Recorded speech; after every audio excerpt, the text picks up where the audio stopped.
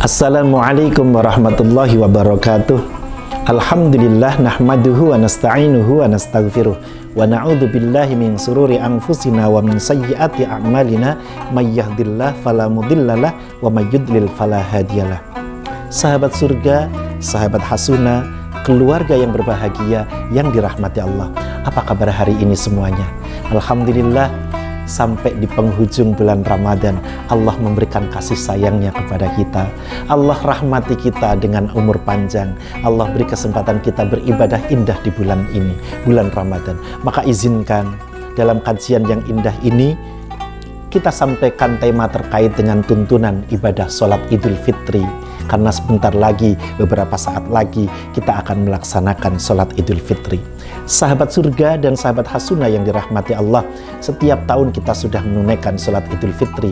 Tetapi mudah-mudahan sekali lagi, hamba Allah yang beriman punya kewajiban bahwa hari ini lebih baik daripada kemarin, hari esok harus lebih baik daripada hari ini. Oleh karena itu ada beberapa tip atau beberapa informasi yang bermanfaat untuk meningkatkan kualitas ibadah sholat Idul Fitri kita. Yang pertama, di hari yang indah ini, di hari fitri itu, di hari yang berbahagia itu, ketika kita akan menunaikan ibadah sholat Idul Fitri, maka disunahkan kita untuk terlebih dahulu mandi seluruh tubuh, bersih, lalu kemudian dengan aroma yang wangi, rambutnya disisir yang rapi, lalu kemudian menggunakan sampo atau apapun, mandi seluruhnya dengan niat mandi karena Idul Fitri.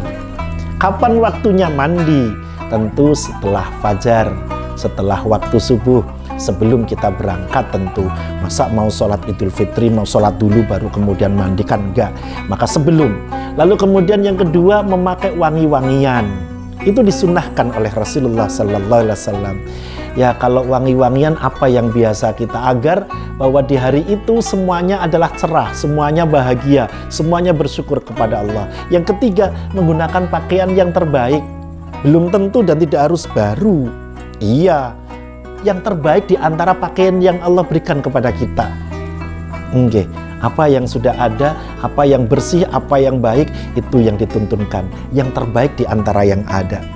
Kemudian berikutnya yang disunahkan lagi adalah bahwa ketika sholat Idul Fitri ini utamanya ada bedanya dengan Idul Adha.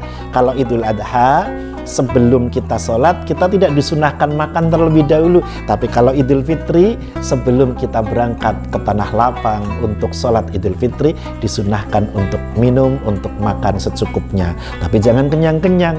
Nanti sholatnya nggak khusyuk karena kekenyangan. Iya, betul. Maka disunahkan kalau Idul Fitri, kita makan terlebih dahulu. Di antara kesunahan yang lain dalam rangka syiar, dalam rangka syukur kepada Allah, dalam rangka mensyiarkan kebahagiaan untuk semua, maka untuk berangkat sholat id misalnya melewati jalan A, maka disunahkan pulangnya melalui jalan yang lain. Ada kesunahannya dalam rangka mensyukuri nikmat yang Allah berikan untuk kita. Itu di antara kesunahan dalam rangka kita melaksanakan ibadah Idul Fitri.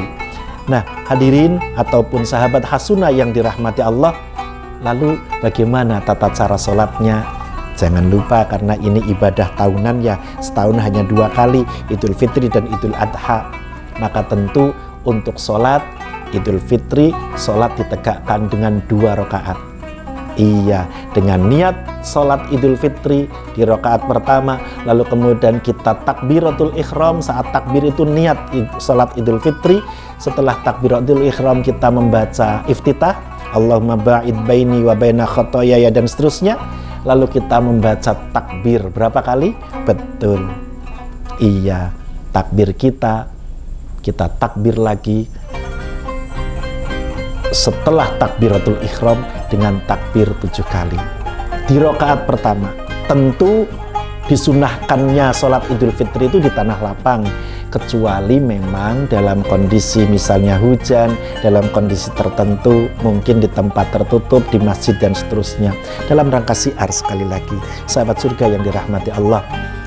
Lalu setelah membaca takbir, mengikuti imam tentu karena disunahkannya, dalam keadaan berjamaah. Tapi kemarin kan ketika awal-awal pandemi kita sholat, jangan-jangan sholat Idul Fitrinya sendiri, maka itu boleh. Tapi disunahkan berjamaah. Iya, bersama imam. Imam ketika setelah membaca Al-Fatihah disunahkan membaca Quran surat Al-A'la, itu rakaat pertama. Dan di rakaat kedua membaca surat Al-Ghasyiyah. Tapi kalaupun membaca surat yang lain juga dibolehkan. Atau misalnya hafalnya kulhu, ya silahkan. Karena itu adalah bacaan yang sunnah. Kemudian setelah rakaat pertama, kemudian berdiri rakaat kedua, membaca takbir, takbir apa? Intikal, perubahan gerakan, maka disebut takbir intikal, Allahu Akbar. Maka kemudian kita menambah takbir berikutnya adalah 5 kali. Tapi sahabat surga yang dirahmati Allah, takbir 7 dan 5 kali di rakaat kedua, 7 di rakaat pertama itu sifatnya sunnah. Sehingga bila suatu saat ada imam yang lupa, karena imam juga manusia gitu ya, maka jangan menjadikan sholat kita bubar. Pernah kejadian itu di Jogja, jadi imamnya lupa bahwa setelah takbiratul ihram mestinya beliau memimpin takbir 7 kali, lupa. Iya, jamaahnya gerendengan. Ada yang kemudian membatalkan sholatnya. Nggak perlu, karena itu sifatnya sunnah. Jadi kalau misalnya lupa, ya lanjutkan saja dengan membaca Al-Fatihah, kemudian membaca surat, dan seterusnya. Dan hadirin serta sahabat surga yang dirahmati Allah, ibadah Idul Fitri seperti halnya juga ibadah sholat Idul Adha. Kalau sholat Idul Fitri itu disunahkannya dilakukan di awal, agak akhir. Jadi kalau Nabi itu 2 tombak, matahari itu 2 tombak. Artinya kalau sekarang di kita ya kira-kira jam-jam 7 ditegakkan, jam 7:04 ditegakkan. Itu Idul Fitri. Tapi kalau Idul Adha lebih awal lagi, mungkin jam tengah 7, atau kemudian kalau di zaman Nabi dulu kira-kira matahari itu berada di 1 tombak. Artinya berapa derajat begitu, kira-kira sekarang itu jam tengah 7 kita tegakkan sholat Idul Adha. Sementara kalau Idul Fitri agak siangan, karena kalau Idul Adha memberi kesempatan panitia untuk bersegera bersiap penyelenggaraan ibadah kurban. Nah, sahabat surga yang dirahmati Allah, itulah beberapa hal yang perlu kita ketahui. Dan dalam keadaan berbahagia menyambut datangnya Idul Fitri, semoga kita kembali bersih, kembali suci, mendapatkan ampunan dan ridho Allah, terbebas dari siksa api neraka.